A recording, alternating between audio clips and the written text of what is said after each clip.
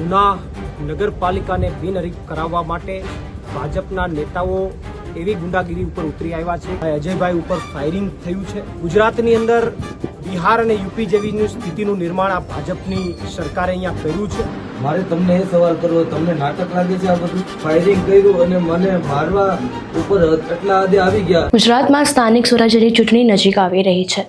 દરેક રાજકીય પાર્ટી પોતાનું જોર પ્રચાર પ્રસારમાં લગાવી રહી છે। ત્યારે ગીર સોમનાથના ઉનાથી એક ચોંકાવનારો કિસ્સો સામે આવ્યો છે। ઉના નગરપાલિકાના આમ આદમી પાર્ટીના ઉમેદવાર અજયભાઈ પર ફાયરિંગની ઘટના બની છે। હવે આ ફાયરિંગ કોના દ્વારા કરવામાં આવ્યું, કેમ કરવામાં આવ્યું, તેના વિશે વિગતવાર ચર્ચા કરીશું। નમસ્કાર, ચક્રવાત ન્યૂઝમાં આપનું સ્વાગત છે। હું આપની સાથે પૂજા।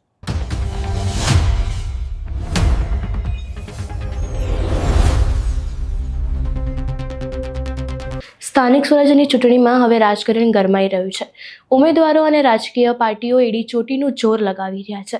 ભાજપ 700થી વધારે બેઠકો બિનહરીફ જીતી ચૂક્યું છે।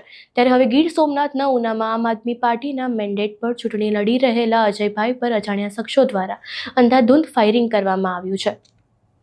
ફાયરિંગની ઘટના બાદ તેઓને હોસ્પિટલ ખસેડવામાં આવ્યા હતા। સદનસીબે આ હુમલામાં તેમનો બચાવ થયો છે।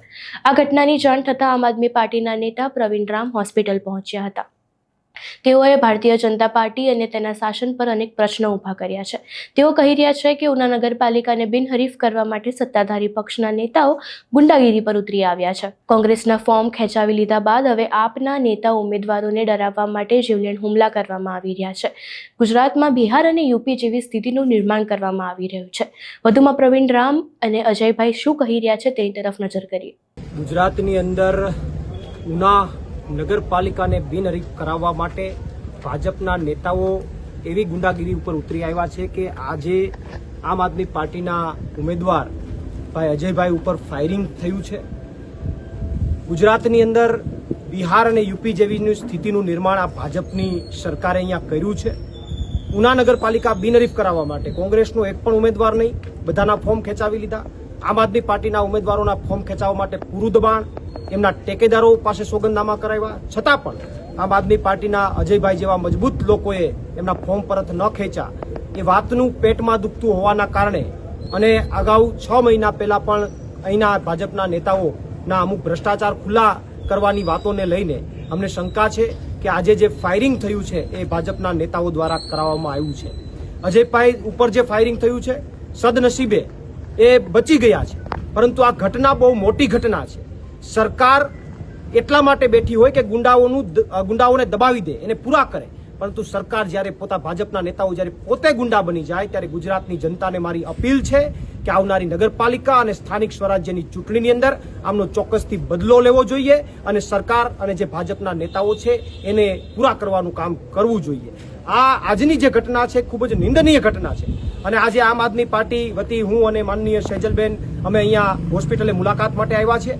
અત્યારે અહીંયાથી અમે કહીએ છીએ કે અજયભાઈ ચૂંટણી લડશે, પૂરી તાકાતથી લડશે। આમ આદમી પાર્ટીની ચૂંટણી પૂરી તાકાતથી ઉનામાં લડાશે। જેને રોકવું હોય એને રોકી લે, કોઈ પણ જાતની ચૂંટણીની અંદર પીછેહટ નહીં થાય। જેને રોકવાનો પ્રયત્ન કર્યો છે એને સીધો જવાબ છે કે આનાથી ડરવાના નથી, હિંમત હારવાના નથી। તમે ફાયરિંગ કરાવો છો, તમે કેસ કરો છો, તમે ફરિયાદ કરો છો। પોલીસને મારે કહેવું છે, ચૂંટણી આવી છે, હથિયાર જપ્ત કરવાના હોય, શા માટે, ક્યાંથી હથિયાર આવ્યું, કઈ રીતે હથિયાર આવ્યું? આ વ્યક્તિએ અજયભાઈએ 6 મહિના પહેલા લખાવેલું છે, પોલીસ સ્ટેશનની અંદર સોગંદનામું કરેલું છે કે આ મારી ઉપર હુમલો થવાની શક્યતા, શા માટે કાર્યવાહી ન થઈ, શા માટે પોલીસ પ્રોટેક્શન ન અપાયું? શંકાના દાયરામાં તંત્ર પણ છે, ત્યારે સરકારને તંત્રને સીધા સવાલો છે। આમ આદમી પાર્ટી આ મુદ્દે ચોક્કસથી ગુજરાતમાં અવાજ ઉઠાવશે, લડશે અને આ તમામ ઉમેદવારો પૂરી તાકાતથી ફાઇટ આપશે અને ચૂંટણી મેદાનમાં ઉતરશે। પણ ઉનાની જનતાને મારી અપીલ છે કે અમે જ્યારે એટલી હિંમત બતાવી રહ્યા છે, તાકાત બતાવી રહ્યા છે, ત્યારે તમામ લોકોને જીત અપાવો એવી ઉનાને તમામ લોકોને હું નમ્ર અપીલ કરું છું। પણ ખાસ વાત કરી તો અજયભાઈ છે એ ટૂંકમાં ધારાસભ્ય તાળું વિધાનસભાના છે, તેના કંઈક ને કંઈક કુટુંબમાં પણ છે અને ભૂતકાળમાં તેઓએ વિડીયો વાયરલ કર્યા હતા। શું છે? જુઓ, આ તો આજે એ હદ સુધી જતું રહ્યું છે કે કુટુંબ સાઈડમાં ગયું, રાજનીતિની અંદર છેલ્લી હદ સુધી જવાનું કામ ઉનાની ધરતી ઉપર થયું છે। અને ઉનાની ધરતી ઉપર આજે પહેલી વાર ઘટના નથી બની, વારંવાર ફાયરિંગની ઘટનાઓ બને, દબાવી દેવાનો પ્રયત્ન થાય, કોઈને દબોચી દેવાનો પ્રયત્ન થાય। આજના ગુજરાતની અંદર, લોકશાહીવાળા ગુજરાતની અંદર આ બધી વસ્તુઓ મને લાગે છે કે ખૂબ વધારે પડતી છે અને ભાજપ એમ કહે છે કે અમે કાયદો અને વ્યવસ્થા જાળવવામાં સફળ થયા છે. કઈ દિશાની અંદર કાયદો અને વ્યવસ્થા જાળવવામાં સફળ થયા છે? તમામ વસ્તુઓ મને એવું લાગે છે કે બીજેપી પોતે ગુંડાગીરી ઉપર ઉતરી આવી છે. પરણભાઈ, બીજી વસ્તુ એ છે કે પોલીસ છે, આ ઘટના બની ગઈ છે, આવડી મોટી ઘટના બની ગઈ. એક તરફ સ્થાનિક સ્વરાજ્યની ચૂંટણીઓ ચાલુ છે, બીજી તરફ પોલીસ છે એ અજયભાઈની ગાડી છે તે પોલીસ સ્ટેશન લઈ ગઈ છે, બીજી તરફ પોલીસ મોડી પહોંચી હોય એવું પણ સામે આવ્યું છે. જુઓ, એ તો આ બધું આખું પ્રી પ્લાનિંગ જ હોય. અત્યારે અજયભાઈ સાથે વાત કરી તો એમણે કીધું 2 વ્યક્તિ મોઢું એમના પેલું પહેરી અને બંને ટુ વ્હીલમાં આવે છે, ફાયરિંગ કરે છે અને ત્યારબાદ અજયભાઈ ત્યાંથી બચીને અહીંયા આવે છે.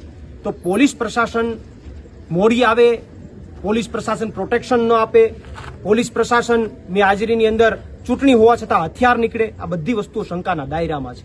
અને વાત રહી અહીંયાથી મારી પોલીસ તંત્રને અને સરકારને સીધી માંગ છે કે તાત્કાલિક ધોરણે આમની નિષ્પક્ષ તપાસ સાથે સાથે અજયભાઈની ફરિયાદ લેવામાં આવે અને ફરિયાદ લઈ અને એમની ઉપર તાત્કાલિક ધોરણે કાયદેસરની કાર્યવાહી કરવામાં આવે અને આજથી જ અજયભાઈ અને અમારી આમ આદમી પાર્ટીના તમામ ઉમેદવારોને પોલીસ પ્રોટેક્શન આપવામાં આવે એવી આમ આદમી પાર્ટી વતી મારી માંગ છે.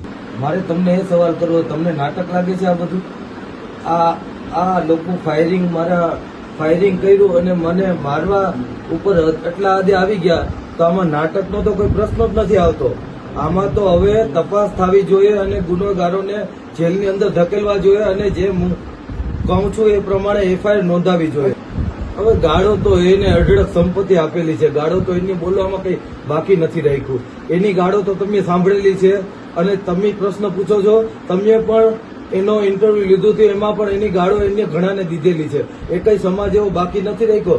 હું તો મારા 18 વાળાને કહેવા માંગુ છું કે મેં કોઈને ગાળો આપી નથી. અને જે આ ગાળોની વાત આવે છે અને મહેફિલની એની જે અમારા હોટલમાં ફોટા બહાર પડ્યા છે, બરાબર, તો હોટલમાં તો જમવા જતા હોય ભાઈ, એ કઈ બહાર તો અમે કઈ રસ્તા ઉપર તો નથી પાર્ટી કરતો, હું કઈ હોટલમાં જઈને બેઠો હતો. દારૂની તો વાત અલગ રહી, જમવું તો ખરી ને, એમાં હું દારૂ મારા હાથમાં બોટલ હોય કે એવું કઈ વસ્તુ છે નહીં. અને વાત આવી તમે એમ કહેતા હોય કે ગાળુની, તો ગાળું એ આ આખી ક્લિપ બનાવેલી છે, એ ગાળો મારા મોઢેથી બોલેલી છે જ નહીં. આ બધી ભાજપ દ્વારા બનાવેલું બધું છે. ચૂંટણી જેમ જેમ નજીક આવી રહી છે, હવે ગણતરીના કલાકો જ બાકી રહ્યા છે. મતદાનના સમયે આવી ઘટના સામે આવી એક ચિંતાનો વિષય છે. આમ આદમી પાર્ટી દ્વારા આ સમગ્ર ઘટનાને લઈને ભારતીય જનતા પાર્ટીની નીતિ પર સવાલો ઊભા કરવામાં આવી રહ્યા છે. ત્યારે આ સમગ્ર મામલે હવે કોનું નામ સામે આવે છે તે જોવું રહ્યું. તમારું આ સમગ્ર મામલે શું માનવું છે? તમારા મંતવ્ય અમને કમેન્ટ બોક્સમાં જરૂરથી જણાવજો.